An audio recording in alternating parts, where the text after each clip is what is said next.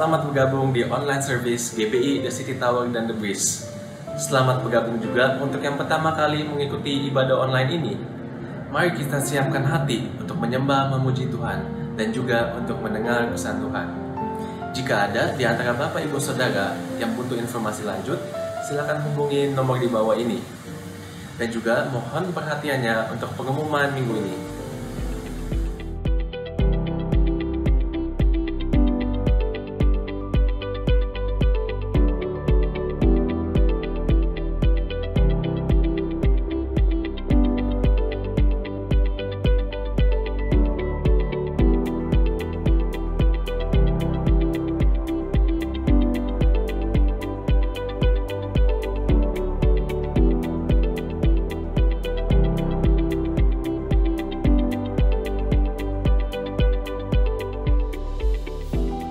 Mari kita berdoa. Tuhan Yesus, terima kasih untuk hari yang indah ini. Bapa, terima kasih kalau kami bisa bersama keluarga atau bahkan sendiri mengikuti ibadah online ini.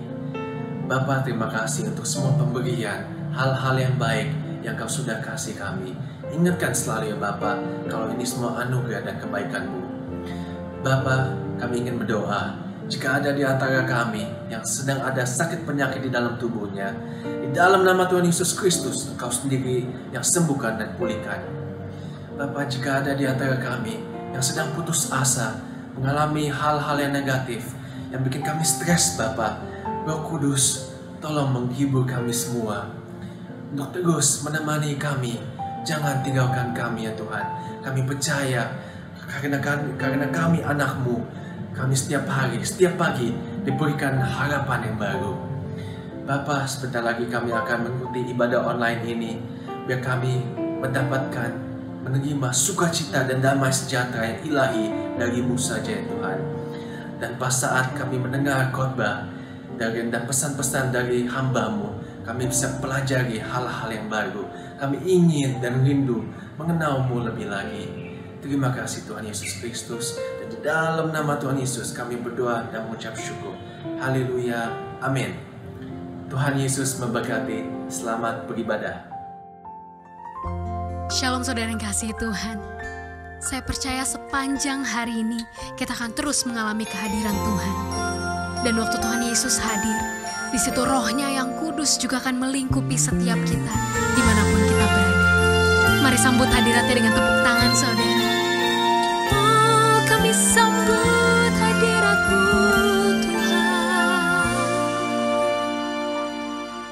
Engkau yang kudus, Engkau mulia, layak untuk disembah.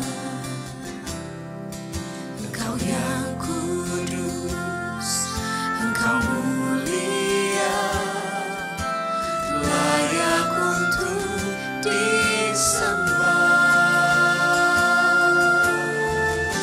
Engkau kudus, Engkau yang kudus, Engkau mulia, layak disembah.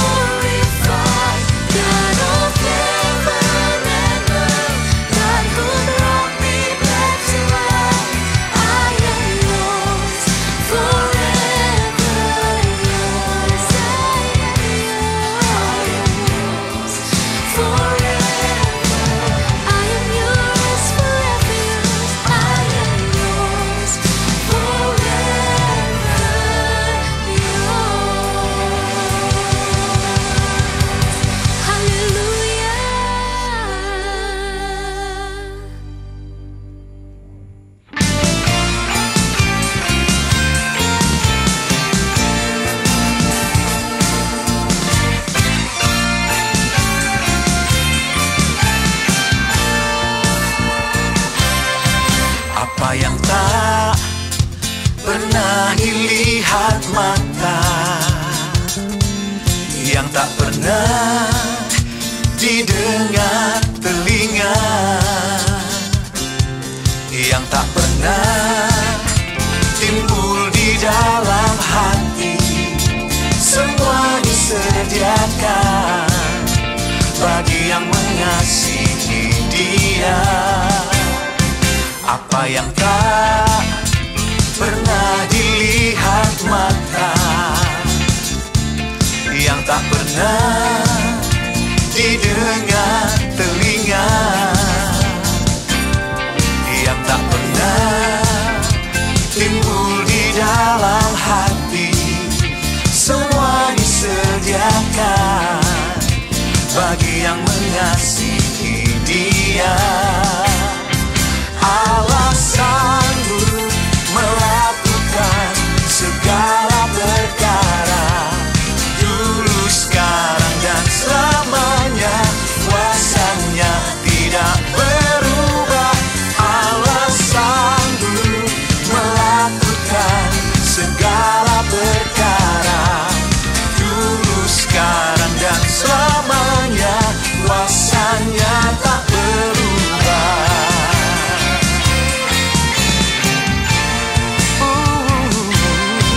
Apa yang tak pernah dilihat mata, yang tak pernah didengar telinga, tak pernah timbul di dalam hati. Semua disediakan bagi yang mengasihi Dia. Allah sanggup melakukan segala perkara, dulu, sekarang, dan selamanya. Kuasanya tidak berubah. Allah sanggup melakukan segala perkara, dulu, sekarang, dan selamanya. Kuasanya tak berubah. Bagi Allah tidak ada yang mustahil. Dia sanggup menyediakan segala yang terbaik bagi kita. Allah sanggup melakukan segala perkara, dulu, sekarang, dan selamanya. Kuasanya tidak berubah. Allah sanggup melakukan segala perkara, dulu, sekarang, dan selamanya. Kuasanya tak berubah. Oh, Allah sanggup melakukan segala perkara, dulu, sekarang, dan selamanya. Kuasanya tidak berubah. Allah sanggup melakukan segala perkara, dulu, sekarang, dan selamanya. Kuasanya tak berubah. Dulu, sekarang, dan selamanya. Dulu, sekarang, dan selamanya. Dulu, sekarang, dan selamanya. Kuasanya tak berubah.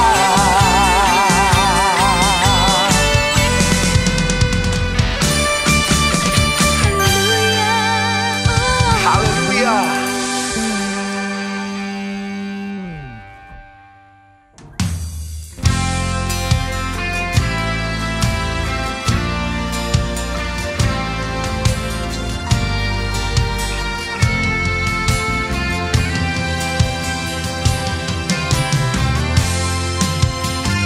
Kami bawa hidup kami Tuhan Yesus untuk menjadi alat bagi kemuliaan. Terima kasih Bapa. Tuhan, Kaulah sumber hidupku. Dengan beriman ku bersandar firman-Mu. Tuhan, Kaulah sumber kuatku, berilah berkat-Mu, anugerah-Mu berlimpah.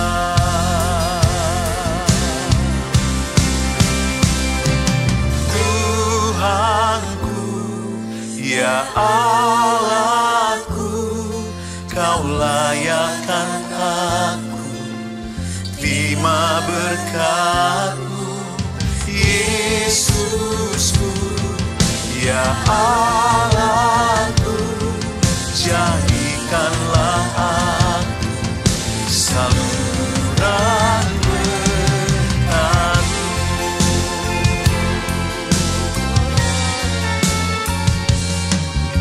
Tuhan, Kaulah sumber hidupku. Dengan beriman ku bersandar firman-Mu.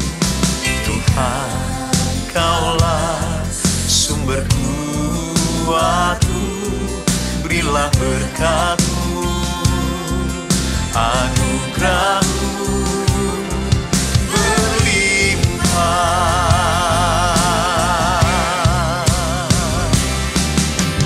Tuhanku, ya Allahku, Kau layakkan aku, terima berkat-Mu, Yesusku, ya Allahku, jadikanlah aku saluran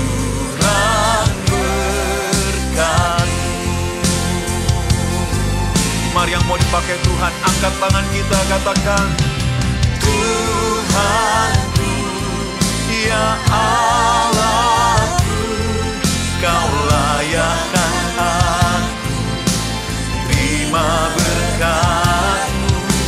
Yesusku, ya Allahku, jadikanlah aku saluran berkat-Mu.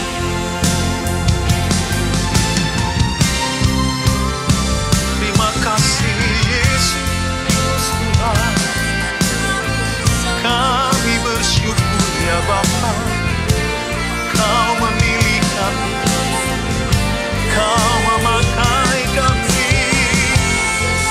Jadikan Tuhan saluran kuasa kasih, biar Engkau ditinggikan Tuhan Yesus, Engkau dimuliakan ya Bapa. Pakai kami ya Tuhan. Mari bersama-sama saudara katakan, Tuhanku, ya Allahku, Kau layakkan aku, terima berkat-Mu. Yesusku, ya Allahku, jadikanlah aku saluran berkat-Mu. Oh Yesus, Tuhanku, ya Allahku, Kau layakkan aku, terima berkat-Mu. Yesusku, ya Allahku, jadikanlah aku saluran berkat-Mu. Jadikanlah aku saluran berkat-Mu.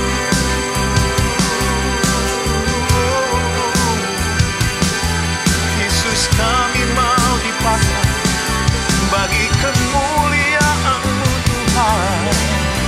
Ini hidup kami, ini segalanya Bapa, bagi kemuliaan-Mu.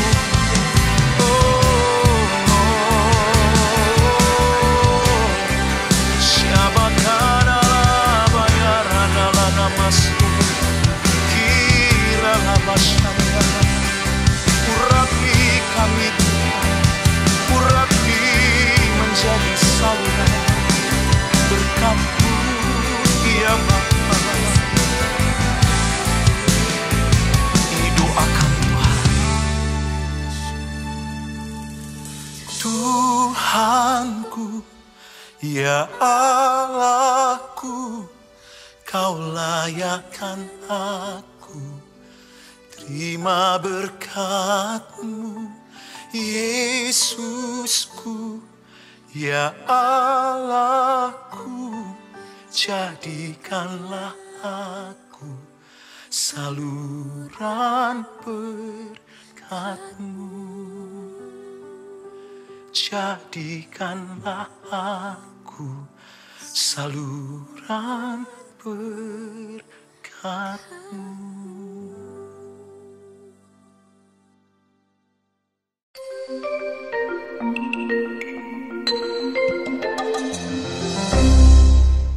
Mari saudara, kita satukan hati kita untuk berdoa. Terima kasih ya Tuhan Yesus untuk segala keadaan yang baik yang Tuhan sudah berikan kepada setiap dari kami. Saat ini Tuhan, kami ingin berdoa dan menopang penggembalaan GBI Gatot Subroto ke dalam tangan-Mu. Kami ingin berdoa ya Tuhan untuk gembala sidang kami, Pak Niko Nyoto Raharjo beserta keempat wakilnya. Biar pengurapan Pentakosta yang ketiga turun berlimpah atas mereka. Kami juga percaya ya Tuhan, perlindungan Allah yang sempurna menyertai mereka kemanapun mereka berada. Biarlah visi yang daripada Tuhan, isi hati-Mu dinyatakan lebih dan lebih lagi melalui hamba-Mu untuk kami semuanya. Kami juga saat ini berdoa dan menopang penggembalaan GBI CK1, The City Tower dan The Bridge ke dalam tangan-Mu ya Bapa. Kami berdoa ya Tuhan untuk setiap gembala yang ada, mulai dari Pak Johan Handoyo dan Ibu Betty, Pak Heriko dan Ibu Lydia, Pak Elias dan Ibu Nana beserta keluarga besarnya. Kami percaya ya Tuhan, mereka akan terus diurapi dan dituntun oleh Roh Kudus-Mu dalam menggembalakan domba-domba-Mu pada masa-masa ini. Pewahyuan yang daripada Allah, hikmat marifat Allah, Engkau curahkan berkali lipat ganda atas hamba-hamba-Mu ya Bapa. Dan kami percaya perlindungan-Mu yang sempurna juga menutup bungkus dan menyertai mereka kemanapun mereka berada. Terima kasih Tuhan, kami juga tidak lupa membawa bangsa kami ke dalam tangan-Mu. Kami perkatakan Shalom Indonesia. Kami tahu Tuhan, di masa-masa new normal ini kami ingin melihat ada roh sukacita yang daripada Tuhan, roh ketertiban, roh disiplin, roh kebijaksanaan turun atas bangsa Indonesia. Sehingga benar ya Tuhan, keadaan COVID-19 ini boleh semakin hari semakin baik adanya di bangsa kami. Kami juga perkatakan akan ada pemulihan dan kebangkitan dalam sektor perekonomian di bangsa kami. Hanya Engkau Allah yang sanggup ya Tuhan. Kami juga berdoa untuk setiap leader dan pemimpin yang ada di bangsa kami. Roh hikmat marifat Allah turun atas mereka dan roh takut akan Tuhan menyertai mereka. Setiap keputusan yang mereka ambil semuanya Tuhan berperkara di dalamnya.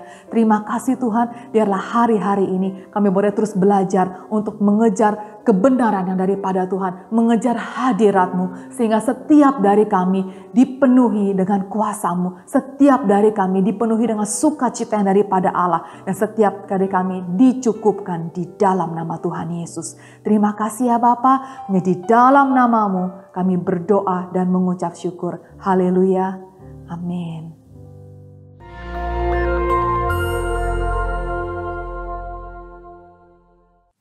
Shalom saudara, tema kali ini kita akan membahas tentang hidup dan cara kematian orang Kristen.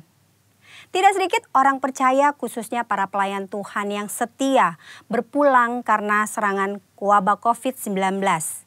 Kemudian banyak orang bertanya, apa yang salah? Kenapa? Kok bisa? Orang seringkali mengaitkan cara kematian seseorang dengan kehidupannya.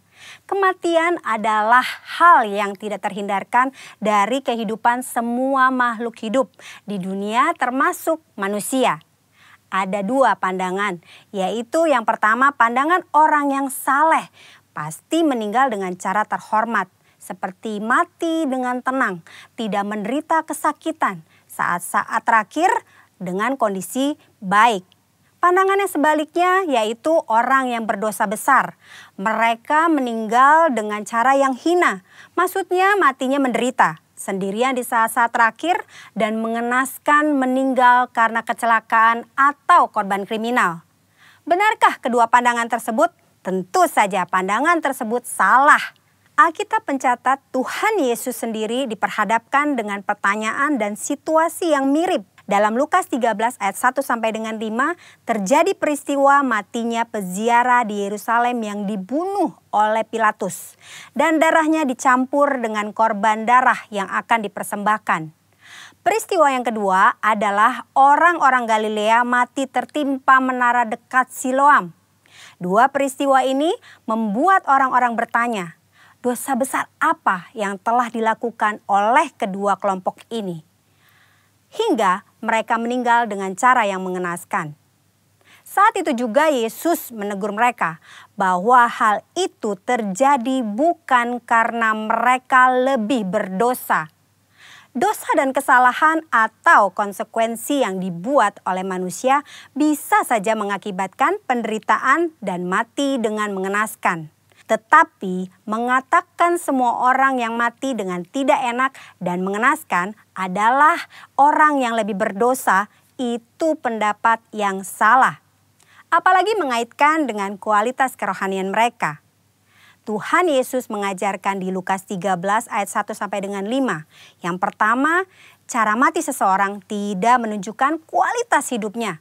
Mungkin saja orang yang berdosa bisa mati atau meninggal dengan cara yang tidak enak dan menderita. Tetapi bukan selalu bila seseorang meninggal dengan cara yang tidak enak, artinya pasti karena ada dosa besar yang dilakukan. Jangan mengaitkan cara kematian seseorang dengan kualitas hidupnya. Yesus berkata dengan tegas, jikalau tidak bertobat bisa binasa dengan cara yang tidak enak, bahkan menderita untuk selama-lamanya. Yesus menekankan bahwa penting diperhatikan adalah pertobatan, bukan cara meninggal seseorang. Yang kedua, kualitas hidup seseorang akan berkonsekuensi pada kekekalan. Selain pertobatan, hal yang sama penting adalah menghasilkan buah-buah dalam hidup. Perhatikan perumpamaan pemilik kebun anggur dalam Lukas 13 ayat 6 sampai dengan 9. Si pemilik kebun anggur mengetahui bahwa ada pohon anggur yang tidak berbuah dan ia memberi perintah untuk ditebang. Namun si pengelola kebun meminta kesempatan untuk pohon itu dibiarkan hidup. Dan jika sudah diberi kesempatan masih tidak berbuah, pohon itu segera ditebang. Maksudnya adalah kita masih hidup. Artinya kita diberi kesempatan untuk mengalami pertobatan dan menghasilkan buah. Jika tidak, kita akan dibinasakan. Waktu yang Tuhan berikan harus kita responi dengan pertobatan dan berbuah. Saudara, jangan salah fokus dengan mempertanyakan bagaimana cara seseorang meninggal. Sebaiknya kita meresponi kesempatan hidup yang Tuhan berikan. Yang pertama, kita fokus pada pertobatan dan menjalani hidup yang menghasilkan buah, agar kita tidak mengalami hukuman dan penderitaan kekal.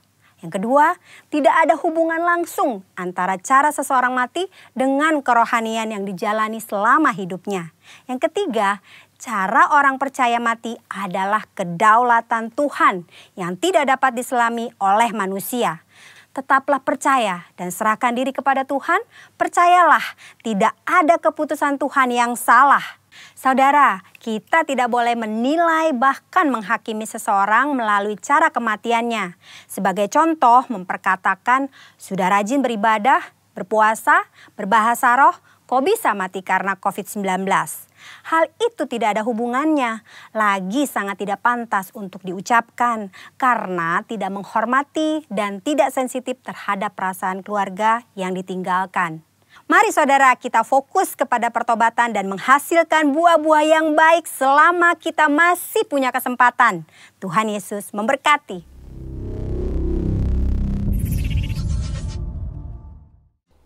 Shalom saudara, senang berjumpa saudara pada acara hari ini. Kita semua akan mendengar firman Tuhan setelah kita diberkati dengan nyanyian, pujian, penyembahan kita kepada Tuhan dan doa-doa yang kita naikkan. Hari ini kembali kita mendengar suara Tuhan. Saudara yang letih lesu, berbeban berat, percaya Tuhan pasti memberikan kelegaan dalam hadirat-Nya. Yang sakit, yang lemah tubuhnya, percayai kasih dan kuasa Tuhan sanggup menjamah saudara. Saudara yang masih ragu-ragu dan tidak tahu bagaimana untuk menghadapi hari esok, percayai bahwa Tuhan adalah Tuhan untuk hari esok. Dan saya berdoa kita semuanya disegarkan oleh kekuatan firman Tuhan hari ini. Puji Tuhan. Tema yang akan saya bawakan hari ini adalah The End of All Things is at Hand. Kesudahan segala sesuatu sudah dekat. Wow, sebuah tema yang luar biasa. Tentunya ayat firman Tuhan mendasari firman hari ini adalah 1 Petrus pasal 4 ayat 7 sampai ayat yang ke-11.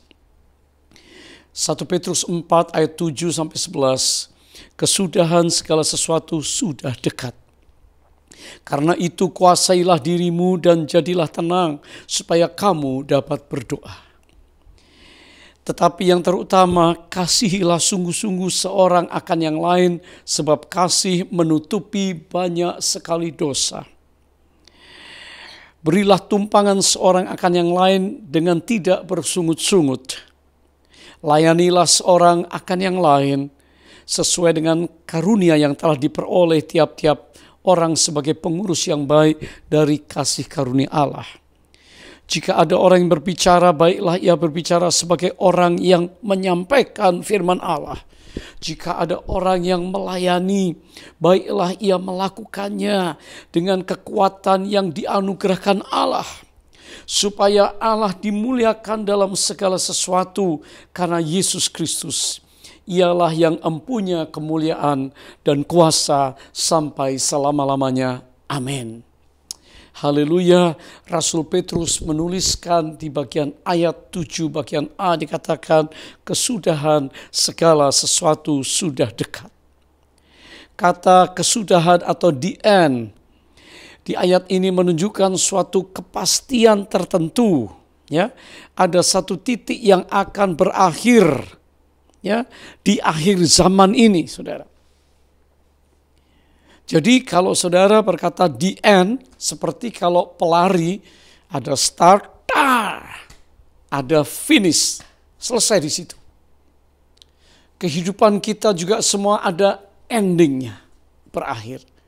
Tapi secara global keseluruhan, maka Alkitab berkata kesudahan segala sesuatu sudah dekat.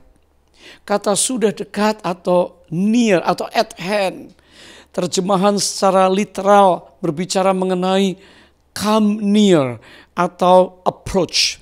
Masuk mendekati atau sudah masuk ke arah tertentu yang ingin dicapai. Contoh saudara. Kalau saudara naik pesawat dari Jakarta ke Singapura, maka di suatu waktu setelah 1 jam lebih penerbangan, totalnya 1 jam setengah kurang lebih, maka pilot dari kokpit akan berkata bahwa kita sudah approach, sudah mendekati masuk ke wilayah Singapura. Saudara, maka pesawat itu sedang memasuki wilayah negara Singapura. Nah, kata sudah dekat yang dipakai oleh Rasul Petrus di ayat ini secara literal, hurufiah, sama seperti pesawat yang saudara tumpangi sudah mulai masuk ke wilayah Singapura. Kata sudah dekat ini adalah kata yang sama yang digunakan oleh Petrus di dalam Kisah Rasul 2, yaitu kata hari-hari terakhir. Sudah dekat sama dengan hari-hari terakhir. Akan terjadi pada hari-hari terakhir. Demikianlah firman Allah. Dia mengutip dari Yoel pasal 2 ayat 28 sampai 32. Bahwa aku akan mencurahkan rohku ke atas semua manusia. Saudara dan saya. Maka anak-anakmu laki-laki dan perempuan akan bernubuat. Dikatakan teruna-terunamu akan mendapat penglihatan-penglihatan. Dan orang-orangmu yang tua akan mendapat mimpi. Ini hari-hari terakhir. Di mana akhir daripada segalanya sudah dekat. Kita sedang approaching, kita sedang memasuki wilayah hari-hari yang terakhir. Dikatakan saudara. Jadi hari-hari terakhir ini terjadi di antara dua momentum yang paling bersejarah berkaitan dengan kedatangan Tuhan Yesus ke bumi. Yang pertama, momentum pertama, kedatangan Kristus yang pertama. Tuhan Yesus datang, lahir, melayani, memberitakan Injil Kerajaan Allah. Dia menjadi penebus, penghapus dosa, mati di atas kayu salib, bangkit dari kematian. Maut, neraka, kematian, sakit penyakit, beban, kutuk, semua dikalahkan. Dan dikatakan dia naik ke surga, Roh Kudus dicurahkan bagi gerejanya. Jadi momentum pertama adalah kedatangannya pertama, Natal itu. Yang kedua, momentum bersejarah yang kedua yang kita nantikan adalah kedatangan Tuhan Yesus yang kedua kalinya di akhir zaman ini. Jadi kita sekarang sedang hidup pada masa menjelang kedatangan Yesus kali yang kedua atau akhir zaman. Dan saudara, di mana hari-hari ini terjadi pencurahan Roh Kudus seperti yang ditulis dalam kitab Yoel pasal 2, seperti yang terjadi di gereja mula-mula di dalam buku Kisah Para Rasul. Dan kebangunan rohani, pencurahan Roh Kudus sedang terjadi di seluruh dunia. Bagi orang-orang yang percaya, yang mau menerimanya. Saudara, ini adalah hari-hari keselamatan yang tersedia bagi semua orang. Sebelum akhir dari hari-hari terakhir, yaitu kedatangan Tuhan Yesus kembali ke bumi untuk mendirikan kerajaan Allah secara sempurna atau consummation, konsumasi. Pertanyaannya, Bagaimana kita harus hidup sebagai orang-orang percaya pada zaman di mana kesudahan segala sesuatu sudah dekat. How shall we live at the end of all things? Hal yang pertama adalah self-control atau penguasaan diri. Ya, jadilah tenang, bisa berdoa, tapi kuasai diri. Saudara, kata kuasa atau power atau authority ini luar biasa. Sangat berdampak. Yesus pernah memberikan perumpamaan tentang pedagang yang akan dilantik jadi raja, tinggalkan uang, mina, masing-masing 1 mina. Dia kembali pulang jadi raja dan tanya mana hasilnya. Yang terima 1 mina berkata, Tuhan ini jadi 10, saya gandakan, saya dagangkan. Wah, terimalah kekuasaan atas 10 kota. Yang 1 jadi 5. Lalu Tuhan yang hebat ini berkata, wah, kuasailah 5 kota. Jadi terima kekuasaan, disuruh menguasai. Saudara, ini hal yang positif. Ada otoritas diberikan. Nah saudara, kita juga diberi kuasa ya untuk mematahkan segala pekerjaan iblis, untuk menginjak ular dan kalajengking, ya, untuk melawan penguasa-penguasa jahat di udara. Doa-doa kita berkuasa, saudara. Tetapi ada satu hal yang seringkali manusia kalah, yaitu dengan diri sendiri. Sebab itu jelas di sini Petrus nasihatkan supaya menguasai diri. Self-control atau penguasaan diri adalah the ability to manage your actions, your feelings, and your emotions. Jadi penguasaan diri adalah kemampuan untuk mengelola tindakan-tindakan kita, emosi-emosi kita, perasaan-perasaan kita. Supaya apa? Supaya apa yang kita set, kita targetkan untuk keberhasilan, sesuatu yang kita rindukan, itu tercapai. Sebab itu perlu kontrol atas diri ini secara kuat. Contoh, saudara ingin sehat jasmani, perlu penguasaan diri. Saudara perlu sehat rohani, perlu penguasaan diri. Nah pertanyaannya, di area apa saja kita perlu penguasaan diri? Rasul Paulus ingatkan kepada Timotius yang masih muda, di dalam 2 Timotius 4 ayat yang kelima. Tetapi kuasailah dirimu dalam segala hal. Sabarlah menderita, tetap menginjil, tetap melayani. Jadi menguasai diri di dalam segala hal. Berarti saudara, pergaulan kita, oh ya, penguasaan diri di dalam relasi kita, hubungan kita dengan istri, dengan suami, dengan anak-anak. Lalu orang-orang inner circle kita dalam wilayah hubungan influence kita, lalu orang lain di masyarakat. Penguasaan diri penting. Penguasaan diri untuk kesehatan. Penguasaan diri untuk pergaulan yang baik, jangan pergaulan yang buruk. Penguasaan diri di dalam segala hal yang kita lakukan. Supaya apa saudara? Supaya kita ini bisa memenuhi kriteria Alkitab tentang orang-orang yang menguasai diri adalah orang-orang yang menang, yang bisa berdoa dan doanya dijawab oleh Tuhan. Ini sesuatu yang luar biasa. Saudara, puji Tuhan. Hari ini kita semua berbicara senang sekali tentang, wah, mudahkah penguasaan diri? Tidak. Ya, ada satu quote yang berkata segala sesuatu yang tidak bisa kita kendalikan akan berbalik mengendalikan kita. Yang ini yang disebut dengan kecanduan atau addiction. Jadi kalau kita tidak bisa menguasai media sosial, internet kita, jam-jam yang kita atur, kapan kita buka, berapa kali sehari, tidak terus ini kita bawa seperti nyawa yang kedua, maka kita sedang menguasai diri kita mengendalikan internet itu, waktu kita mengendalikan kesehatan kita. Maka kalau tidak mengendalikan, kita yang mengendalikan, kita yang dikendalikan. Addiction. Saudara, penguasaan diri dan menjadi tenang ini merupakan sesuatu yang harus dilatih setiap hari.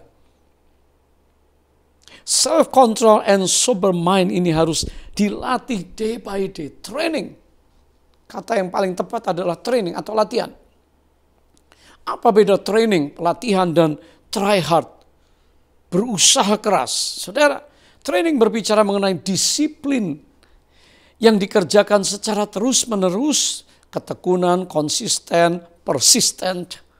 Ini yang banyak orang seringkali kehilangan. Sehingga menjadi lifestyle gaya hidup. Sedangkan try harder, coba lebih keras lagi, tidak membutuhkan disiplin, tidak perlu ketekunan, pokoknya mau mati-matian keras-keras.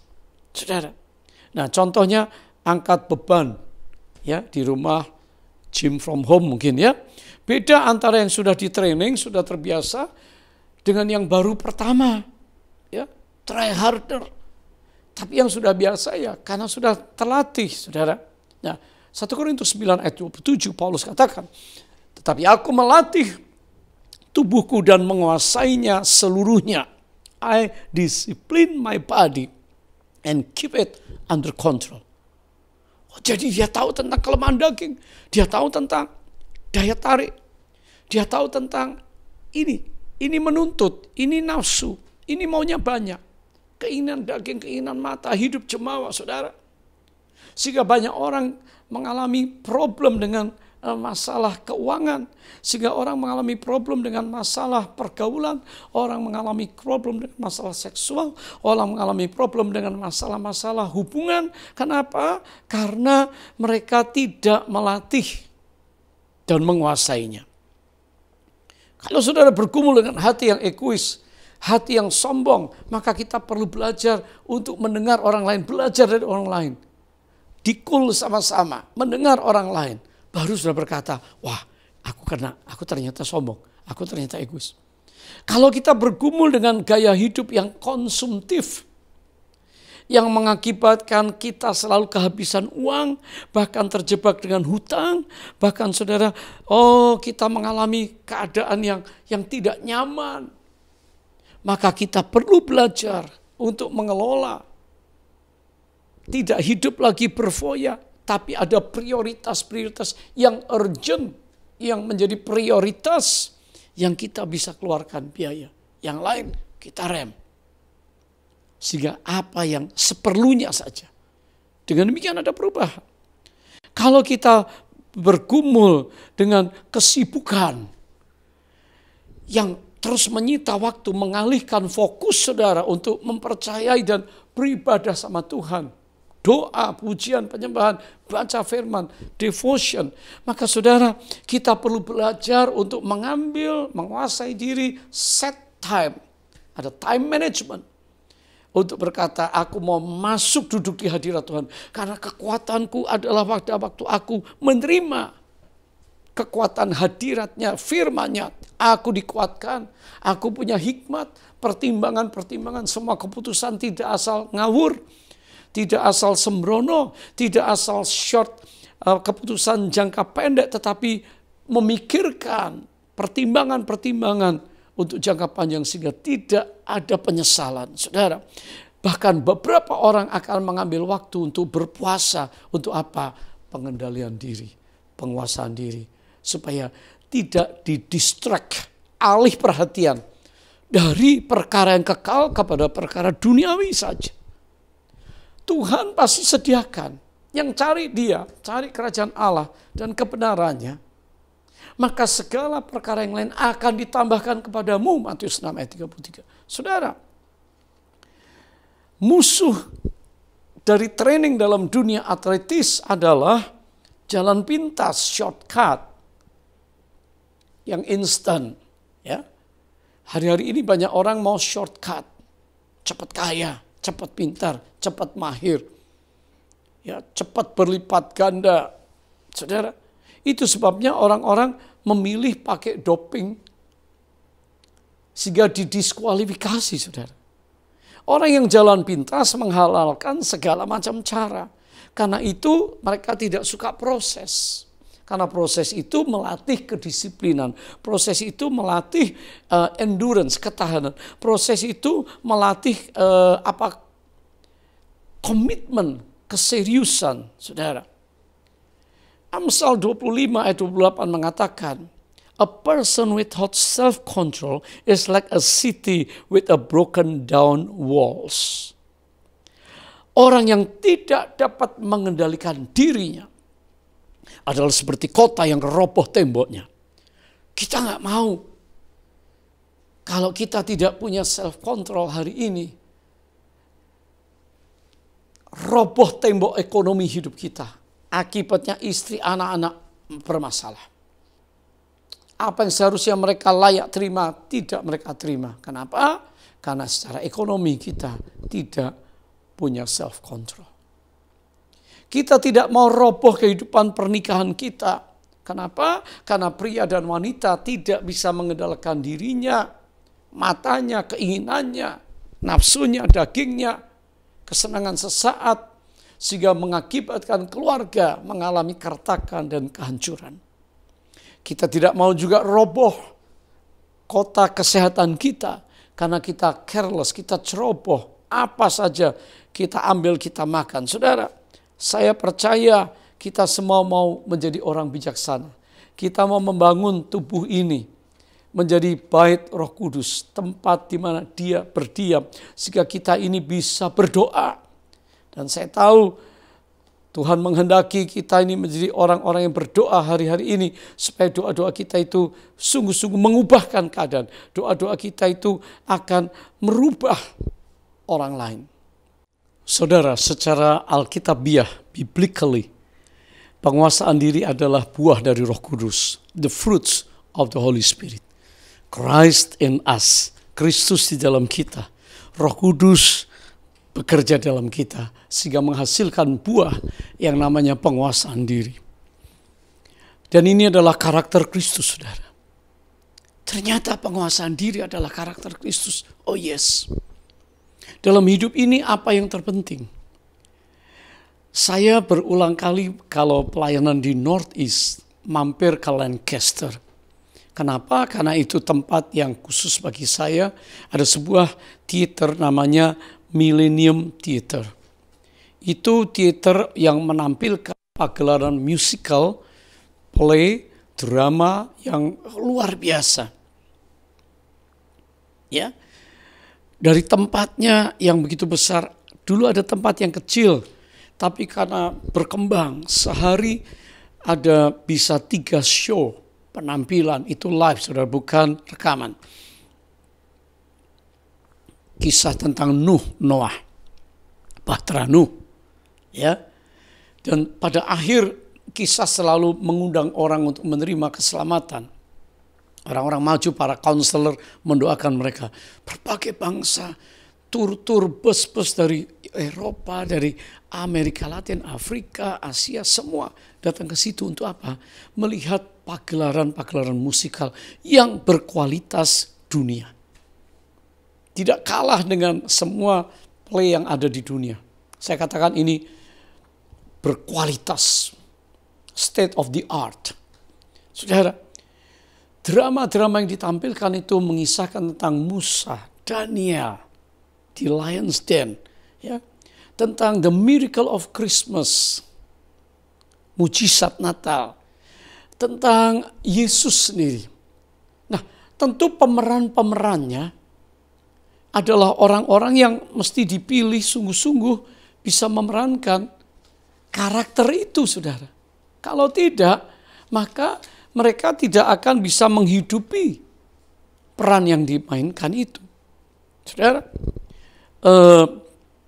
waktu ditanya bagaimana prosesnya, kenapa bisa punya tim pelayan yang mereka tentunya fisiknya terlatih, mereka menyanyi, mereka menari, mereka bergerak, mereka mengangkat, mereka melakukan kegiatan-kegiatan di dalam show itu yang berat sekali. Tentunya fisiknya kuat, mentalnya kuat, jiwanya kuat, tapi spiritnya juga kuat. Jadi ada 3 langkah, saudara. Waktu mereka direkrut ternyata talentanya atau yang mendaftar adalah orang-orang berbakat, berkompeten. Ya. Setelah itu mereka dites, saudara, lulus, lalu masuklah proses latihan, training, coaching. Komitmen untuk latihan ini berat sekali. Ya. Nah, setelah itu mereka memasuki masa di mana mereka mulai berperan. Di situ karakter dibutuhkan. Jadi pertama kompetensinya, yang kedua adalah komitmennya, yang ketiga adalah karakternya. Jadi waktu ditanya bagaimana bisa mempertahankan begitu banyak artis, artis, pria wanita, dari produsernya, dari penata, dari belakang layar, dari pelatihan, dan juga pada waktu mereka play dan istirahat dan main di babak kedua, main lagi, saudara, berganti baju begitu rupa. Dikatakan mereka pilih orang-orang yang pertama dalam Christian ministry, katakan yang pertama adalah karakter Kristus. Kalau itu tidak ada, mereka tidak akan tahan. Yang kedua baru komitmen untuk ada di situ sekian lama kontrak. Yang ketiga kompetensi. Dunia seringkali terbalik. Cari orang yang berkompeten dulu, yang ahli, yang hebat, tapi karakternya bobrok, sudah. Nah, kita juga, saya percaya saudara, hari-hari ini di masa akhir zaman ini, mari kita mendahulukan karakter. Kalau ini karakter Kristus ada, salah satunya penguasaan diri, maka saudara akan aman. Ya, bisa tenang berdoa nanti. Bisa tenang untuk melayani jiwa-jiwa, mengasihi. Saudara, karakter, lalu komitmen, lalu kompetensinya.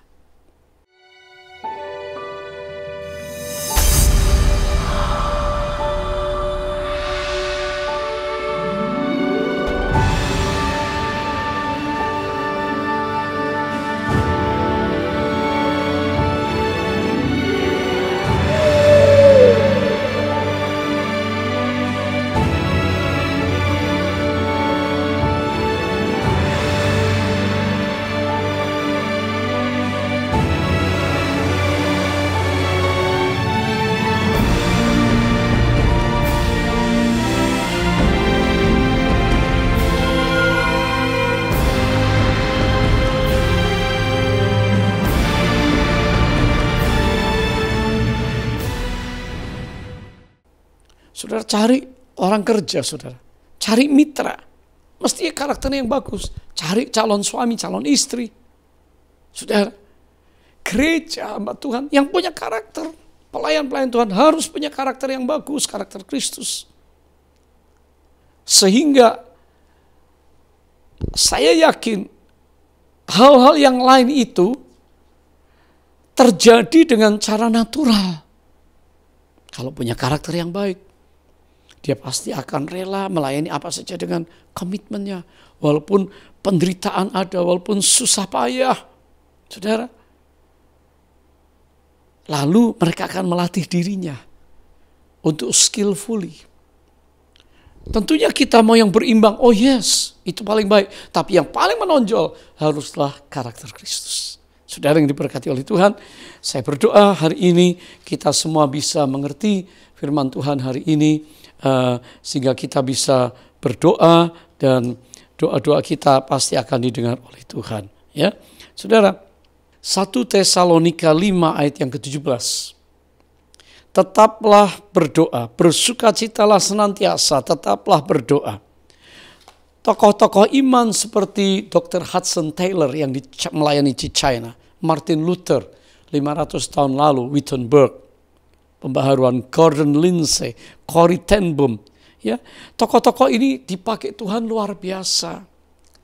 Salah satu kesamaan dari mereka adalah memiliki kehidupan doa yang luar biasa.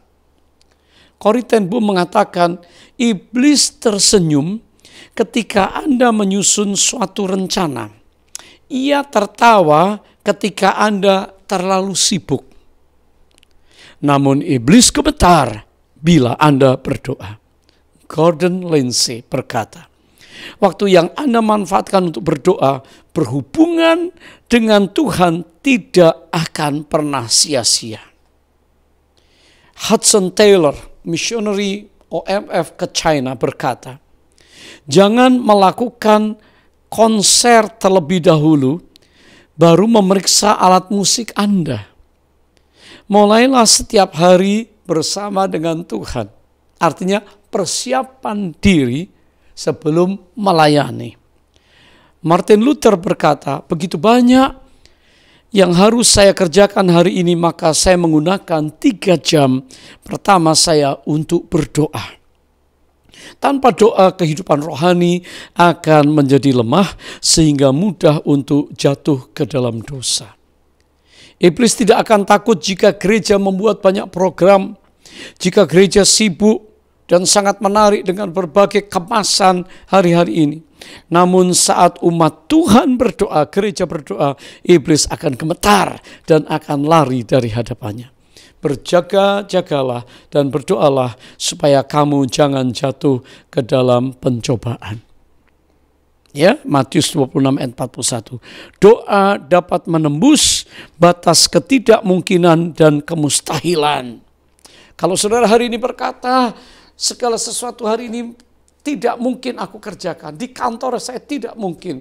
Saya sedang gelisah, di perusahaan saya sedang mengalami penurunan. Sesuatu yang tidak mungkin terjadi pembaharuan, terjadi pemulihan.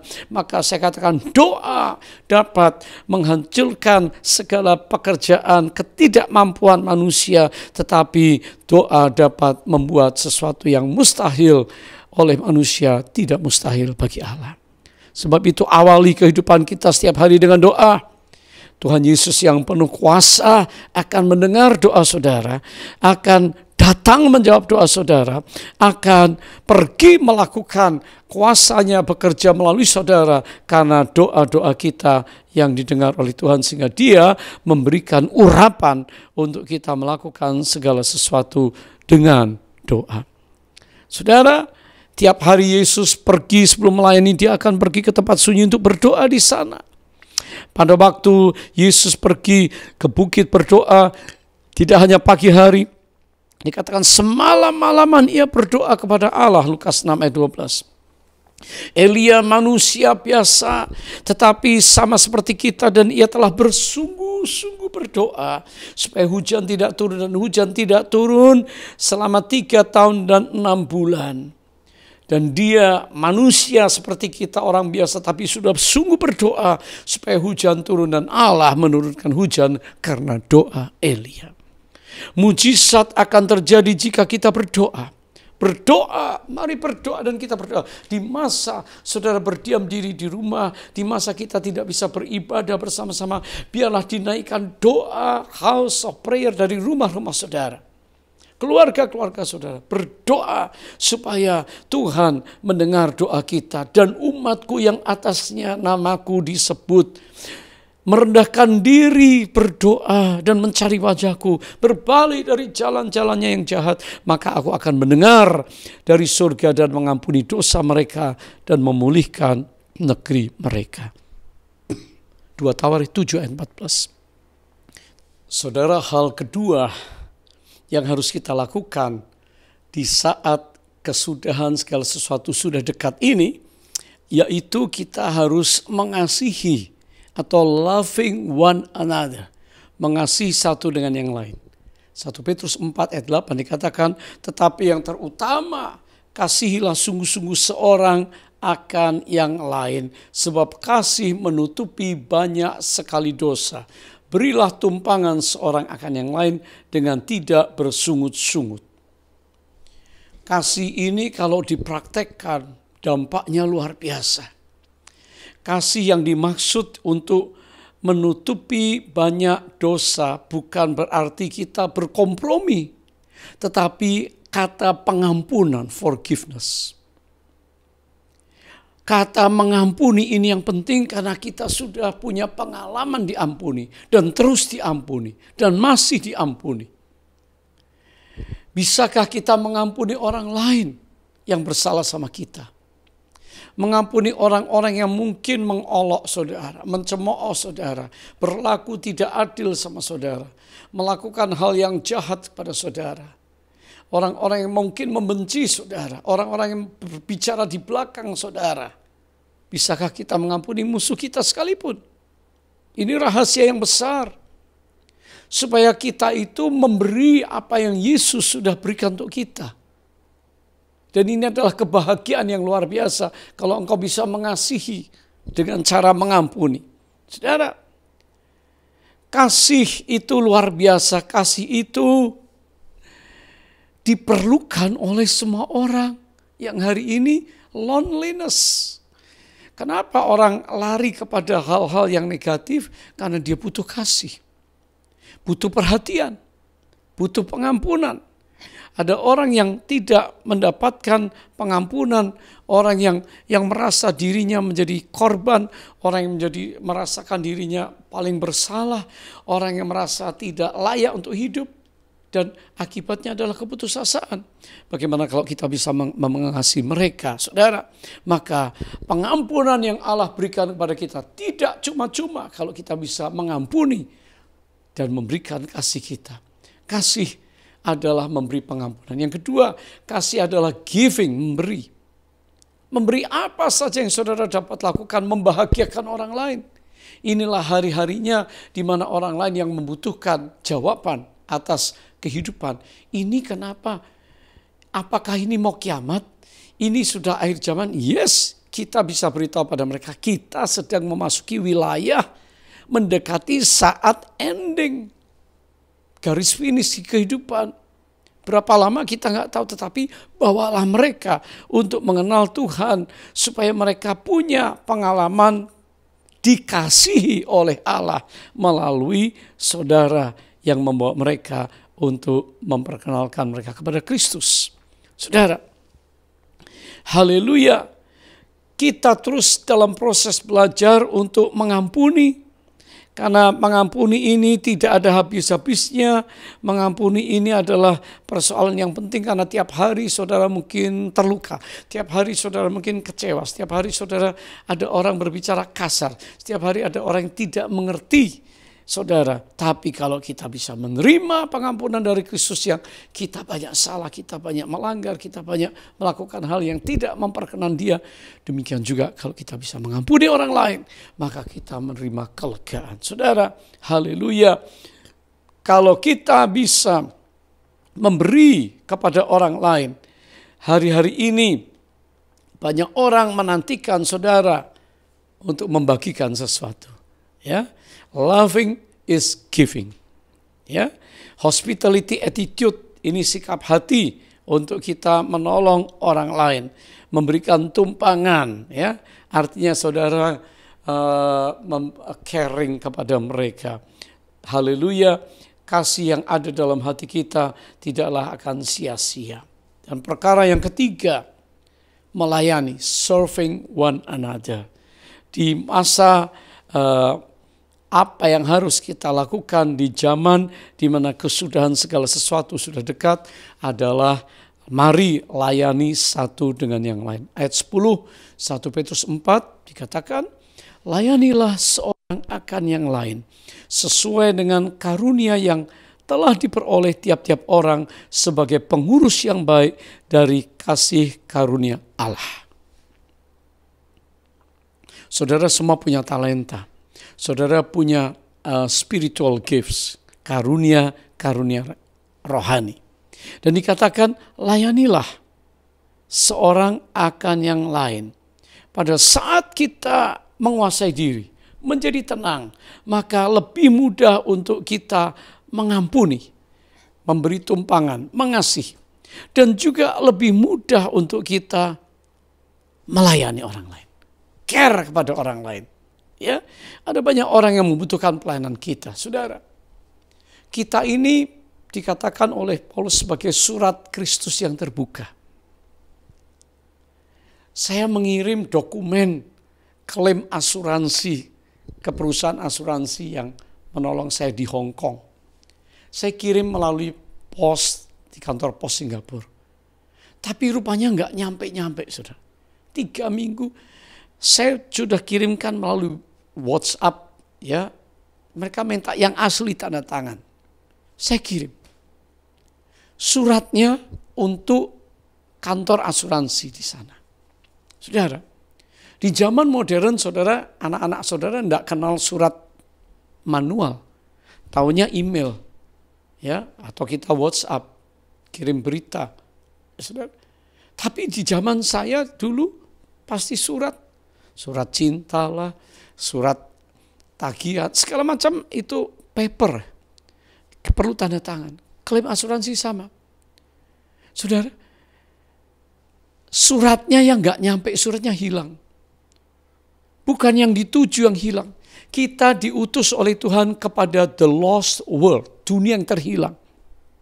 Apakah orang-orang yang terhilang atau kitanya yang hilang? Kalau kita surat Kristus, seringkali surat ini nggak nyampe kepada tujuannya, saudara. Hilang di tengah jalan.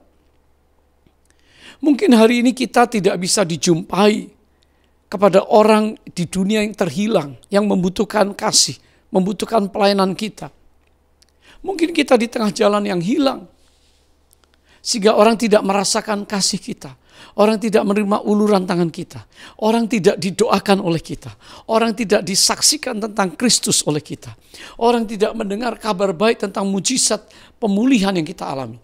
Orang tidak tahu tentang surga yang kita bawa sebagai berita di dalam surat hidup kita ini. Bukankah kita suratan Kristus? Tuhan ingin kita melayani mereka. Bukan mereka yang terhilang, seringkali banyak orang Kristen yang terhilang, yang nggak nyampe ke tujuan. Tuhan ingin kita menjadi surat Kristus sampai kepada mereka, sehingga kabar baik, berita sukacita, kabar keselamatan, pertolongan diterima mereka. Nah, hari ini mari kita jangan menjadi surat yang hilang, tapi kita melayani mereka. Kita pergi menjangkau mereka sebagai gembala yang baik. Satu domba hilang dicari. Demikianlah kita mencari domba-domba sesat hari ini. Mungkin keluarga saudara, relasi saudara, mereka butuh pelayanan saudara. Pelayanan yang disertai dengan kasih Kristus ini akan memulihkan, akan mengubahkan, sehingga mereka semua punya pengharapan. Saudara, kalau kita bisa sampai melayani mereka, dan kata melayani, karena kita adalah pengurus yang baik. Ayat 10 dikatakan, dari rumah Tuhan, good steward. Ya, kata pengurus yang baik ini adalah ada dua kata, oikonomos. Oikonomos, oikos rumah, nomos mengatur. Artinya orang-orang yang diberi kepercayaan dan tanggung jawab untuk mengatur rumah milik tuannya. Saudara, stewardship di ayat 10 ini bicara sebagai manajer rumah yang dipercaya oleh pemiliknya untuk bertanggung jawab sesuai dengan bagiannya masing-masing. Saudara, semua diberi karunia-karunia, diberi talenta-talenta, jangan disimpan. Semua punya talenta. Coba renungkan. Sudahkah kita melipat gandakan talenta kita untuk melayani, saudara? Dan kita harus bertanggung jawab. Prinsip stewardship diajarkan Alkitab bahwa Tuhan pemilik segala sesuatu dan kita punya accountability, akuntabilitas untuk kepada pemilik mempertanggungjawabkan apa yang dia sudah berikan kepada kita. Bisakah kita menjadi pengelola yang baik? Saudara, puji Tuhan. Karunia melayani adalah kemampuan untuk melakukan perbuatan baik kepada orang lain. Misalkan menolong, melatih, memberi tuntunan, mengajar, membela, ya, memberikan uang, mengajari mereka, dan lain sebagainya. Dan saudara melayani seperti kepada Tuhan. Itu prinsip Alkitab, ya. Tuhan memberkati kita, saudara. Haleluya. Bagaimana sekarang? Saya simpulkan. Living in the end of all things, tiga hal. Yang pertama, menguasai diri, self-control. Biarlah Tuhan diberi kesempatan, Roh Kudus diberi kesempatan mengendalikan hidup kita, sehingga kita bisa menguasai diri kita, bukan karena kita kuat, kita mampu, tidak. Tapi semata-mata oleh pertolongan Roh Kudus. Dia mengendalikan hidup kita. Kita ucapkan, tindakan kita, feeling kita, apa yang kita lakukan, dikendalikan oleh Dia. Yang pertama, self-control, penguasaan diri. Yang kedua, mengasihi. Sehingga kita bisa mengampuni, mengasihi dengan segenap hati. Dan kita tahu orang-orang perlu kasih Yesus. Yang ketiga, di hari-hari end of all things, kesudahan segala sesuatu, layani dia. Ya, dengan roh yang menyala-nyala, kerajinanmu jangan kendor. Saya mau berdoa untuk saudara. Hari ini mungkin ada di antara saudara yang berkata, aduh, saya terikat dengan banyak hal. Saya butuh dilepaskan. Kita sedang memasuki wilayah akhir segalanya. Tidak tahu kapan hidup kita masing-masing, tidak ada yang tahu. Saudara, tapi kita sedang memasuki wilayah akhir ini, saudara. Yang kedua, saudara berkata, selama ini aku tidak bisa mengampuni diriku, mengampuni keluargaku, mengampuni teman, mengampuni bosku. Mulai belajar mengampuni, mengasihi mereka. Dan saudara bisa memberitakan kasih Yesus, melayani mereka, kasih kabar baik, tolong mereka, angkat mereka yang jatuh, bawa mereka dari jurang kebinasaan kepada kehidupan yang kekal. Saya mau berdoa untuk saudara yang memerlukan jamahan tangan Tuhan, yang sakit, yang lemah, yang ragu, yang takut, yang bimbang, yang kecewa. Tuhan mau pulihkan saudara saat ini. Angkat tangan saudara. Terima kasih Bapa yang baik, Engkau melihat tangan anak-anak-Mu yang diangkat. Saat ini mereka perlu jamahan Tuhan. Saat ini mereka perlu kasih Tuhan. Mereka saat ini perlu hati Tuhan. Berikan pada kami. Roh Kudus mengalir. Roh Kudus mengalir. Memenuhi anak-anak-Mu. Dan anak-anak-Mu dipulihkan. Anak-anak-Mu disembuhkan. Anak-anak-Mu dijamah oleh Tuhan. Terima kasih Tuhan. Hari yang indah kami semua diperbaharui. Sehingga kami sadar berjaga berdoa. Karena kami sedang ada di akhir daripada zaman ini. Menantikan kedatangan-Mu yang kedua kali. Dalam nama Yesus. Saudara yang diberkati Tuhan. Teruslah setia. Teruslah mengandalkan Tuhan. Teruslah minta kekuatan dari Roh Kudus. Haleluya. Mari kita terima doa berkat. Angkat tangan saudara. Berkat yang sempurna dari tahta Bapa di surga, Allah Tuhan kami, di dalam Yesus Kristus Tuhan dan Juru Selamat kami, dengan anugerah yang ajaib, dengan kasih yang istimewa yang mengangkat kami. Pertolongan, kekuatan, dan urapan dari Allah Roh Kudus menyertai kami sekarang sampai Tuhan Yesus datang kembali, bahkan sampai selama-lamanya. Katakan sama-sama, Maranatha, datanglah ya Tuhan Yesus, kami merindukan-Mu. Semua kita katakan, amin, amin, amin. Shalom dan sampai jumpa minggu-minggu yang akan datang. Tuhan memberkati saudara. Amin. Jemaat GBI City Tower dan The Breeze yang dikasihi Tuhan, salam sejahtera. Dalam kesempatan kali ini, kami rindu mengajak saudara Bapak Ibu sekalian yang belum bergabung di dalam KUL untuk ayo bergabung. KUL, Community of Love, didasari di dalam kasih, dan semua kita akan mendapat banyak kasih. Kita akan dibangun satu sama lain. Kita akan diteguhkan, akan dikuatkan oleh karena kebenaran firman Tuhan yang disampaikan. Di dalam KUL kita akan mendengarkan kesaksian bagaimana Tuhan menolong anak-anak yang dikasihinya, umat Tuhan. Di dalam KUL kita akan berdoa bersama-sama. Di dalam KUL kita akan saling meneguhkan dan menguatkan. Dan kita akan menaikkan doa pujian penyembahan kita. Ada beberapa KUL yang saudara Bapak Ibu dapat pilih. KUL Family atau KUL umum, KUL Teens, KUL Youth, dan yang tidak kalah menarik adalah KUL The Next Generation, NGS. Di dalam KUL, kesatuan hati tumbuh bersama untuk memenangkan jiwa. Itu yang semua akan kita alami. Sehingga jangan ada seorang pun di antara saudara Bapak Ibu yang ketinggalan. Ini saatnya untuk bergabung. Saudara Bapak Ibu dapat melihat link yang ada di bawah ini, atau dengan men-scan barcode yang ada di layar. Ini saatnya semua kita bersama-sama bergerak di dalam KUL.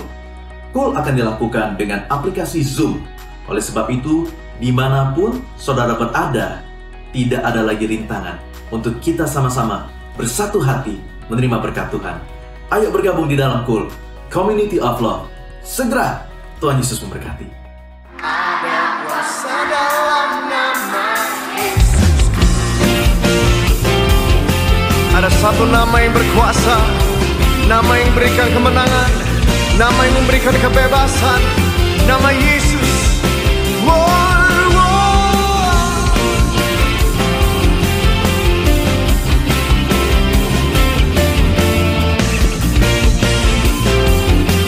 Angkat suara sama-sama katakan, namanya Tuhanku, menara yang teguh, kota benteng perlindunganku,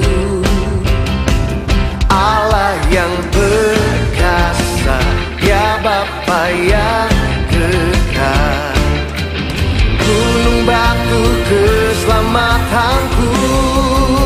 Oh, Engkau yang termulia di bumi di surga, termasyhur perkasa selamanya.